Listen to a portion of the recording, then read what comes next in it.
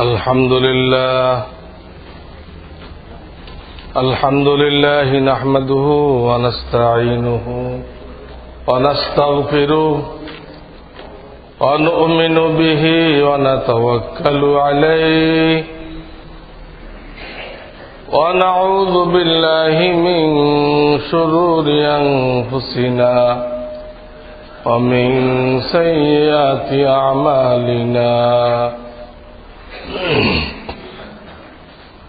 من يهده الله فلا مضل له ومن يضلل فلا هادي له ونشهد أن لا إله إلا الله وحده لا شريك له ونشهد أن سيدنا ومولانا محمدا عبده ورسوله صلى الله تعالى عليه وعلى آله وأصحابه وبارك وسلم. أما بعد فأعوذ بالله من الشيطان الرجيم. بسم الله الرحمن الرحيم. فاسألوا أهل الذكر إن كنتم لا تعلمون.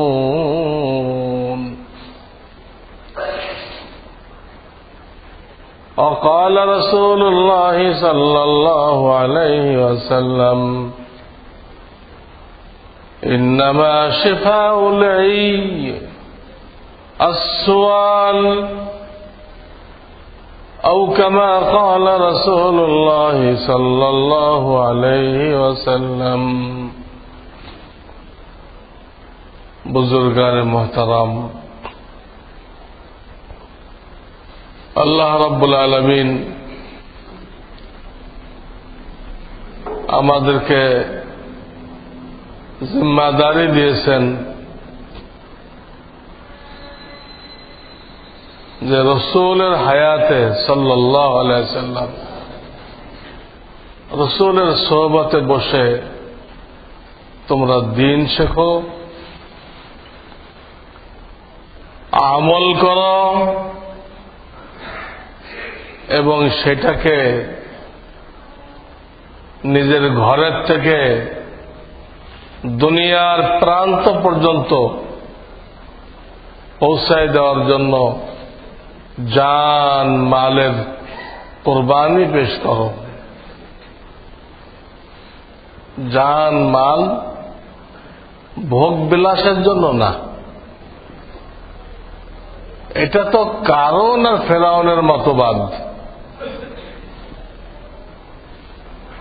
মালকে ভোগ বিলাসের উপকরণ মনে করা ফেরাউন আর কারুনের মতবাদ। এরা কোনদিন কামিয়াব হবে না। এই মালটাই তাদের আযাবের মেইন কারণ হবে, পেরেশানের কারণ হবে মাল। এটাতে খতম হয়ে যাবে। আল্লাহ মানুষকে মাল দিচ্ছেন, হালাল রিজিক খাও, বিবি বাচ্চাকে খেলাও, গরিব আত্মীয় স্বজনকে সাহায্য করো, আর আল্লাহর দ্বীন কায়েম করো। মালের উদ্দেশ্যের মধ্যে আল্লাহর বহুত বড় গুরুত্বপূর্ণ উদ্দেশ্য তোমার মাল যেন আল্লাহর দ্বীন কায়েমে ব্যয় হয়।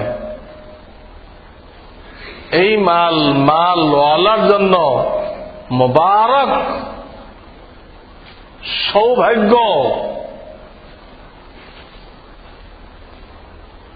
আর যার মাল আছে দ্বীনের কাজে লাগে না, সে দুর্ভাগা। তার কোন গুনাহের কারণে তার মাল আল্লাহ কবুল করেন নাই, সে দিতে চাইল এটা আল্লাহ গ্রহণ করবেন না, দেওয়ার মন মানসিকতাও থাকবে না। হাদিসে এরকম ঘটনা পাওয়া যায়। আল্লাহ রসুল সাল্লাল্লাহু আলাইহি ওয়াসাল্লাম দোয়া করছিলেন, এত মাল বাড়ছিল তার, কিন্তু পরে নফল দান তো দূরের কথা, যাকাত পর্যন্ত দেওয়ার তৌফিক হয়নি। যাকাত, ফরজ যাকাত। শেষ পর্যন্ত কি হয়েছে, সে ঈমানটা নিয়েও মরতে পারে নাই। মানুষ যখন গুনাহ করতে থাকে গুনাহ করতে থাকে, যদিও গুনাহটা সরাসরি মানুষকে বেঈমান বানায় না, গুনাহে কবিরা যদি কেউ হালাল মনে করে, জায়েজ মনে করে, তাহলে তো বেঈমান হয়ে যায়। কালকে আমাকে একজনের কথা শোনাইতেছিল, একজন নামকরা অ্যাডভোকেট, উনি বলেন যে মদ হারাম না। উনি কোরআন রিসার্চ করেন নাকি, বলে পুরা বেঈমান হয়ে গেছে। কেন হারাম না? বললো ওইখানে তো বলা হয়েছে মদ নাপাক, হারাম তো বলা হয় না।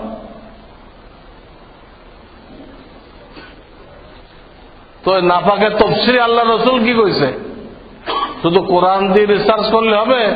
কোরআনের আয়াতের সাথে আল্লাহ রসুলের হাদিস মিলাইতে হবে। শুধু নাপাক দ্বারাও বুঝে আসে।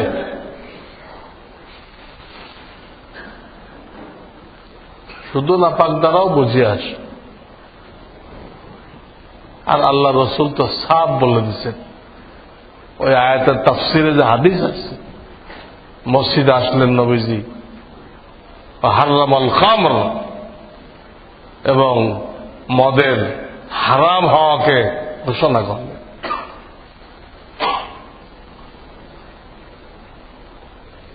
এখন উনি একা রিসার্চ করতে দেয়, কি ফায়দা হয়েছে? ঈমান নষ্ট হয়ে গেছে, ঈমান নষ্ট হয়ে গেছে। তো বলতেছিলাম, গুনাহে কবিরা করলে তো বেঈমান হয় না, গুনাহে কবিরাকে হালাল মনে করলে, যেমন ওই লোক মদকে হালাল মনে করতেছে। কোরআনে তো সরাসরি হারাম শব্দ নেই, নাপাক আছে।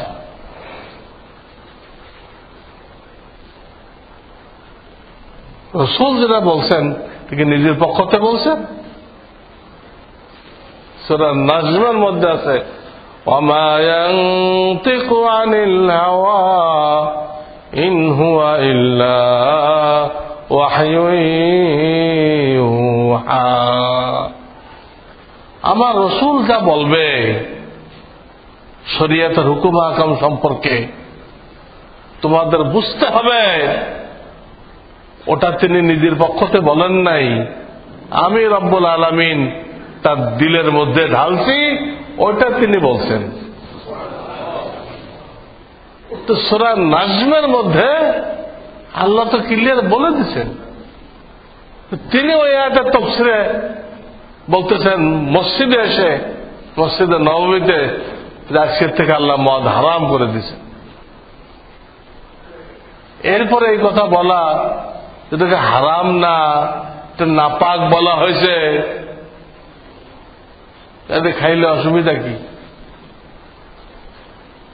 উনি আবার কোন বারের একজন কর্মকর্তা, এই জন্য মনে হয় এই রিসার্চটা করছে। কোরআন আজীব জিনিস। আপনি যেরকম চশমা লাগাবেন ওরকম পাবেন। কোরআন আজীব জিনিস। যদি কেউ চশমা লাগায় যে আমি মদ হালাল এটা কোরআনে দেখতে চাই, তো দেখতে পাবে যে হারাম বলা হয় নাই, নাপাক বলা হয়েছে। যে কোনো লোক গুমরাহ হওয়ার জন্য ওখানে দলিল খুঁজবে, গুমরাহ হওয়ার জন্য সে কোরআনে দলিল পাবে। এই জন্য আল্লাহ কোরআনের প্রথম পারায় বলে দিচ্ছেন, ইউদিল্লু বিহি কাসীরান ওয়া ইয়াহদি বিহি কাসীরা। আল্লাহ এই কোরআনকে দিয়ে অনেক মানুষকে গোমরাহ করে দিবেন আর অনেকে হেদায়েত দান করবেন। যারা ওলামায়ে কেরাম থেকে বুঝে তারা হেদায়েত পায়, আর যারা নিজের বুঝ মতো বুঝে নিজে একটা চশমা লাগায় কোরআন ওটা তালাশ করতে আরম্ভ করে যে আমার এই মতবাদটা কোরআনের কোন আয়াতে আছে, তা কোন না কোন আয়াতের ঘাড় মুছড়ে, সরাসরি তো থাকবে না, কোন না কোন আয়াতের ঘাড় মুছড়ে তার ওই মতবাদ সে পাবে। কিন্তু এটা আসলে কোরআন না, এটা কোরআন না। কোরআন ওইটা স্বয়ং নবীজি ওর ব্যাখ্যা দিয়ে দিচ্ছেন। প্রত্যেকটা আয়াতের ব্যাখ্যা নবীজি নিজেই দিয়ে দিচ্ছেন, সেটাই তো হাদিসে লেখা হয়েছে। তো বলতেছিলাম নবীজির হায়াতে নবীজির সোহবত থেকে শিখতে হবে, আমল করতে হবে। এটা পৌঁছাই দেওয়ার জন্য, আল্লাহর জমিনে কায়েম করার জন্য জান মালের কুরবানি পেশ করতে হবে। জান মাল ভোগ বিলাসের জন্য না। ইসলামে কোনো ভোগবাদীর অবকাশ নেই। ভোগ তো জান্নাতে হবে, আনন্দ ফুর্তি খানা পিনা তো জান্নাতে হবে। এটা তো ত্যাগের জায়গা। সাহাবায়ে কেরাম কি ত্যাগ করে গেছে। উহুদের যুদ্ধে 70 জন শহীদ হয়ে গেল, 70 জন শহীদ হয়ে গেল, বাকি কুলকে কুল জখম হয়ে গেল। স্বয়ং নবীজি সাল্লাল্লাহু আলাইহি সাল্লামের গায়ে 100 আঘাত লাগলো, 100 তীর মারছে, পাথর মারছে, 100 আঘাত লাগছে।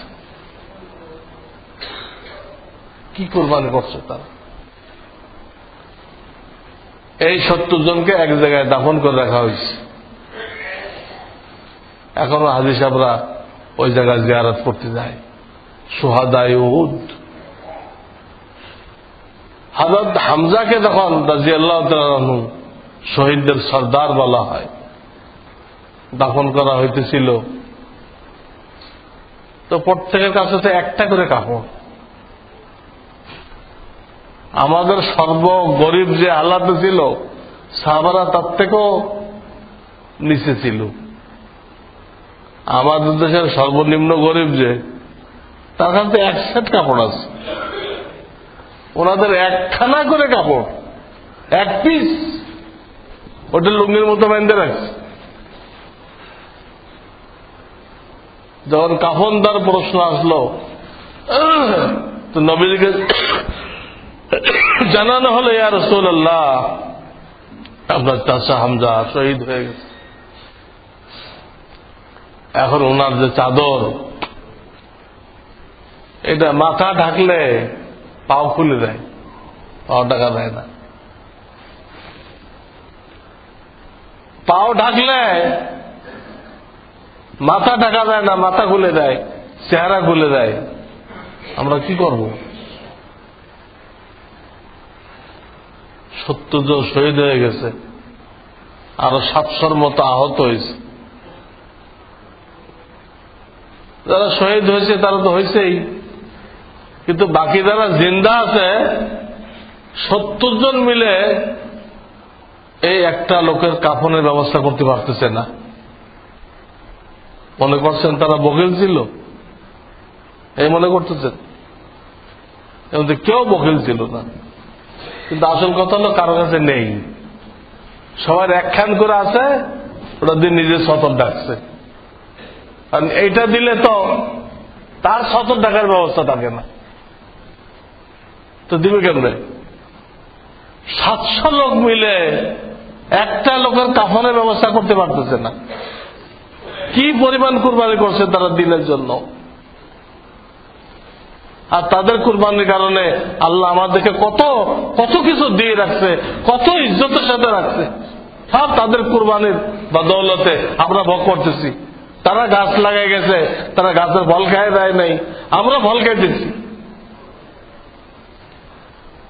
নবীজি সাল্লাল্লাহু আলাইহি ওয়াসাল্লাম সিদ্ধান্ত দিলেন, ইস্কির ঘাস কাটে আনো, ইস্কির ঘাস আনো, এনে ওই চাদর দিয়ে মাথার দিকে ঢাকো, আর পায়ের দিক দিয়ে ঘাস দিয়ে দাও,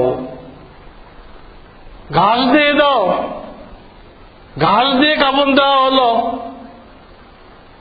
যাকে সাইয়্যিদুশ শুহাদা বলা হয়েছে, সমস্ত শহীদদের সর্দার, তার কাফন হচ্ছে যে ঘাস দিয়ে। কি করবেন আল্লাহ! হযরত আব্দুর রহমান ইবনে আউফ একদিন ইফতার করতে বসছেন, ওনার সামনে কয়েক আইটেমের খানা রাখা হয়েছে, কয়েক আইটেমের খানা রাখা হয়েছে। ওনার মনে পড়ল মুসআব ইবনে উমাইর শহীদ হয়ে গেছিল, তার কাফনের ব্যবস্থা হয় নাই।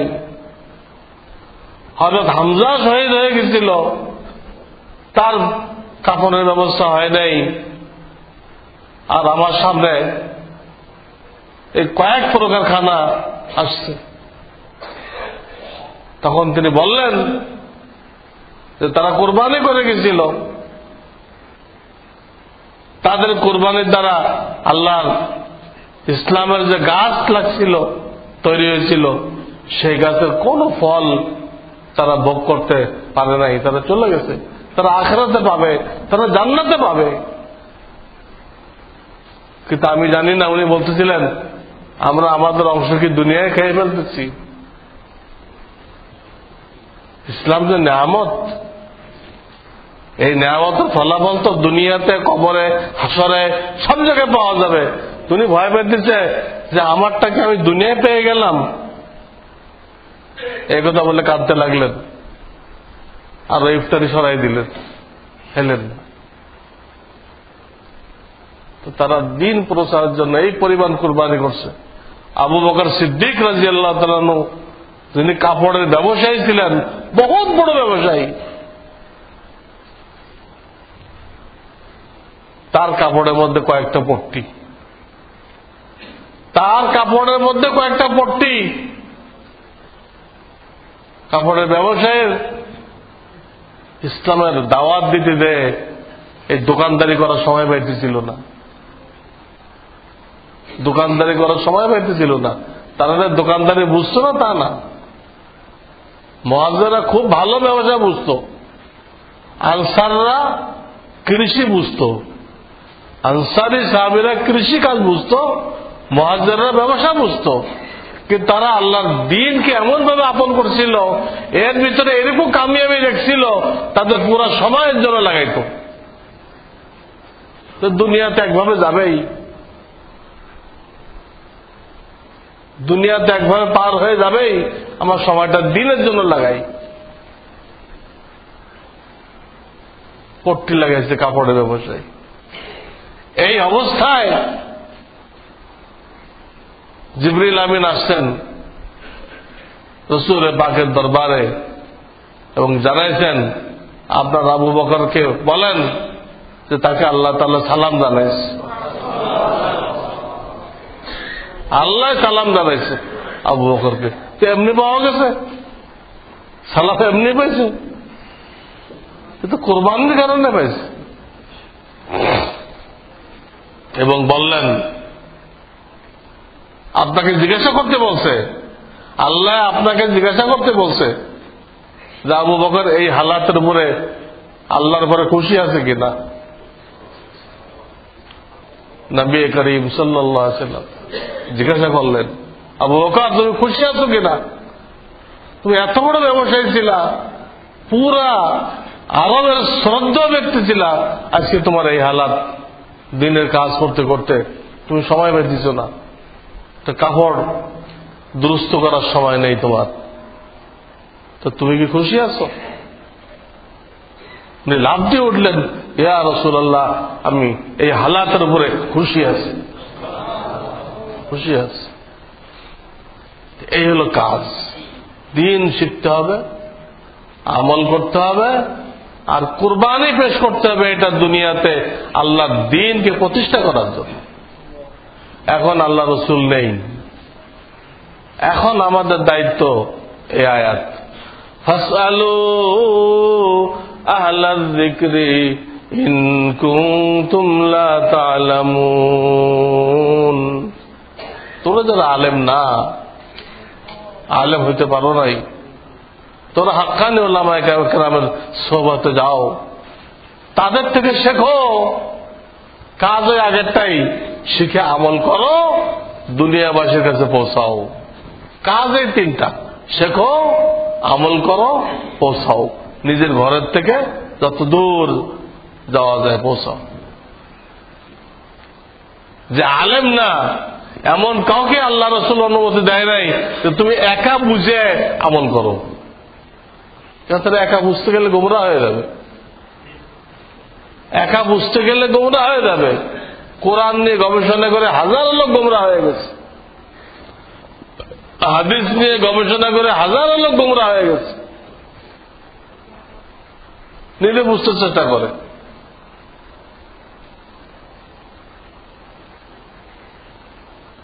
ভারত থেকে একজন মুফতি সাহেব আসছিলেন,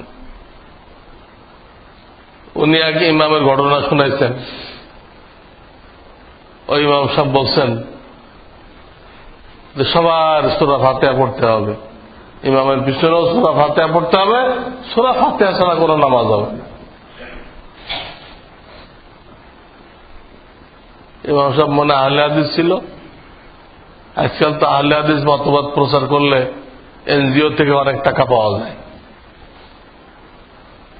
ইহুদি নাসারারা যত বেহুদা কাজ, এই বেহুদা কাজে আমাদেরকে লাগাই দিচ্ছে।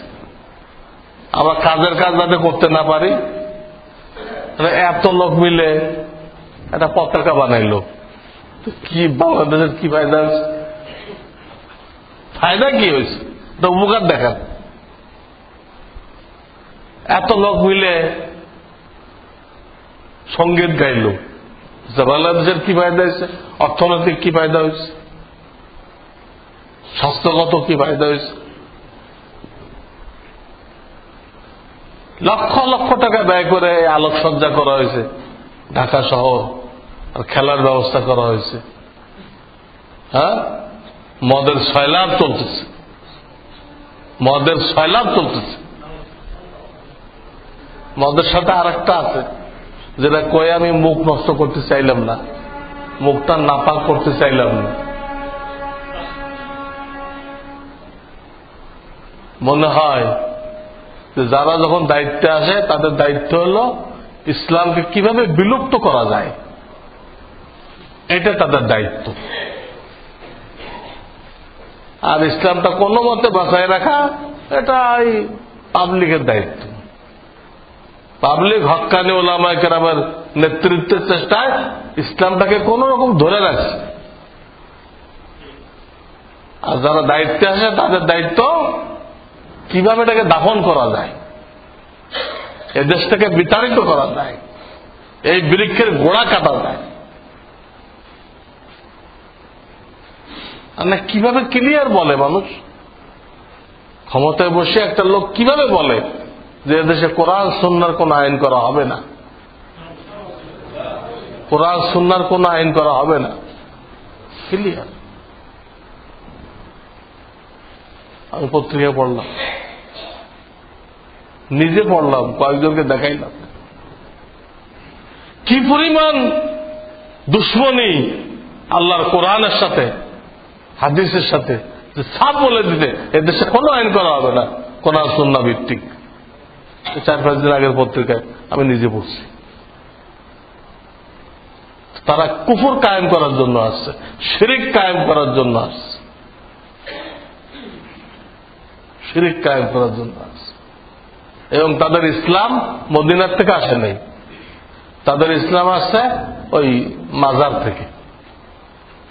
ফাউন্ডেশনে একজন বসাইছে মাজার পূজারি, ফাউন্ডেশনে যে ডিজি বসাইছে তো পুরো মাজার পূজারি। এই মাজার পূজারিকে দিয়ে পুরা বাংলাদেশকে মাজার পূজারি বানানোর জন্য চেষ্টা করা হয়েছে। সামনে আসবে গণশিক্ষাও ওই মাজার পূজারীদের হাতে সরকার ছেড়ে দিচ্ছে, যাতে ওই গণশিক্ষার মাধ্যমে সবাইকে মাজারমুখী করতে পারে। অথচ মাজারে যা হয় সব শিরিক বেদাত। বলতেছিলাম ভাই, আমাদেরকে যারা সাধারণ মানুষ তাদের রিসার্চ করার কোনো অধিকার নেই, তো ওলামা ইকরামকে মানবে। তো ওই মুফতি সাহেবের কিস্সা শোনাইতেছিলাম যে এক আলেম ফতোয়া দিছে এরকম মুক্তাদিদের ফাতিহা পড়তে হবে আর না নামাজ হবে না। আসলে কিন্তু ওই হাদিসের ওই ব্যাখ্যা না। ওই হাদিসটা ফাতিহা ছাড়া নামাজ হবে না, ওই হাদিস তো ইমামের জন্য আজ একা নামাজ পড়বে, একা নামাজ পড়বে তার জন্য। তখন ইক্তেদা করবেন, তখন কিন্তু ওই হাদিস না। তখন যদি ওই হাদিস বলেন, তাহলে এই হাদিসের কি করবেন? মান কানা লাহু ইমামুন ফাকিরাতুল ইমামি লাহু কিরাতুন। যার ইমাম থাকবে তার ইমামের কেরাত তার কেরাত। যে ইমামের ইক্তেদা করবে তার ইমাম যে কেরাত পড়বে ওইটাই তার কেরাত। যদি ইমামের পিছনে ফাতিহা পড়তে হয়, এই হাদিসের কি হবে? হাদিসের 4-5টা কিতাবে, মুয়াত্তা মুহাম্মদ, বাইহাকি, বিভিন্ন কিতাবে এটা আসছে। এবং এর সনদকে সহি বলা হয়েছে। আল্লামা নিমাবি হোসেন সনদ সহি, মুহাম্মদ ইবনে আহমদ সানি, ইবনুল হুমাম, যারা হাদিসের বড় বড় ইমাম, হোসেন সনদ সহি, হাদিস সহি। এই হাদিসের কি হবে? কিন্তু ওই ইহুদি খ্রিস্টানদের টাকায় আমাদেরকে বিভ্রান্ত করতেছে, আমাদেরকে হাদিস রিসার্চ করতে লাগাই দিচ্ছে, পাবলিকের লাগাইছে হাদিস রিসার্চ করো। আর এগুলো তো সব রিসার্চ হয়ে গেছে, রিসার্চ হয়ে 4টে মাযহাব হয়ে গেছে। এখন কিসের রিসার্চ? ওই মাযহাব অনুযায়ী চলো। আবার নতুন করে লাগাইছে। কইলাম না, ইহুদিরা আমাদেরকে যত বেহুদা কাজ, আজে বাজে কাজ, তাই দুনিয়ার নামে হোক তাই দিন নামে হোক, যত বেহুদা কাজ যার কোনো রেজাল্ট নেই, কোনো ফায়দা নেই, তাই দুনিয়ার নামে হোক তাই দিনের নামে হোক, আমাদেরকে এগুলোতে লাগাই দিতে। তারা কিন্তু নেই এর মধ্যে, তারা নেই, তারা কাজ নেই, ব্যস্ত। তো ইমাম সাহেব এই ফতোয়া দিচ্ছে, দিল। এখানে একটা মাদ্রাসা ছিল, তারা আবার আহলুল হাদিস না। তো ইমাম সাহেবকে বোঝানোর জন্য এরা কি করছে, মাদ্রাসার ছাত্রগুলো, ছোট ছোট ছাত্র, এরা ইমামের পিছনে সবাই জোরে জোরে ফাতিহা পড়তে আছে। পুরা মসজিদে কয়েক কাতার লোক ফাতিহা পড়তে আছে। নামাজ পড়ে ইমাম সাহেব রাগারাগি শুরু হয়, তোমরা এটা কি শুরু করছো? জোরে জোরে ফাতিহা পড়লে কেন? কেন? আমরা তো আহলে হাদিস, আর আপনি কইছেন যে ফাতিহা ছাড়া নামাজ হয় না। তা আপনার কথা অনুযায়ী তো পড়ছি আমরা, ফাতিহা ছাড়া নামাজ হয় না, তো ফাতিহা পড়ছি তো আমরা। জোরে পড়লে কেন? জোরে না আসছে তা তো আপনি বলেন নাই। তাহলে আপনি দেখেন কোন হাদিসে এটা জোরে পড়তে হবে না আস্তে পড়তে হবে, এটা আপনি দেখান, তাহলে আমরা সেইভাবে পড়বো। আমার 1 সপ্তাহ টাইম দাও। ঠিক আছে, 1 সপ্তাহ টাইম দেওয়া হলো, কিন্তু এই 1 সপ্তাহ কিন্তু আমরা জোরে পড়ব।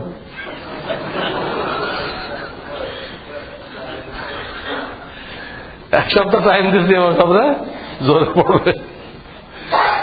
1 সপ্তাহের মাথায় ইমাম সাহেব কোনো হাদিস দেখাতে পারলো না, এটাকে আস্তে পড়তে হবে। কেন ওই হাদিস আসলে মুক্তাদির ব্যাপারে না, ওই হাদিস ইমামের ব্যাপারে। ইমাম জোহর আসরে আস্তে পড়বে আর 3 ওয়াক্ত জোরে পড়বে, তো তার এক হাদিসে আছে। মুক্তাদিদের ব্যাপারে লাগানো হবে তো কোনো ব্যাখ্যা নেই, কোনো হাদিস নেই, উল্টা আর একখানে লাগাইছে, তার হাদিস হবে কোথায়?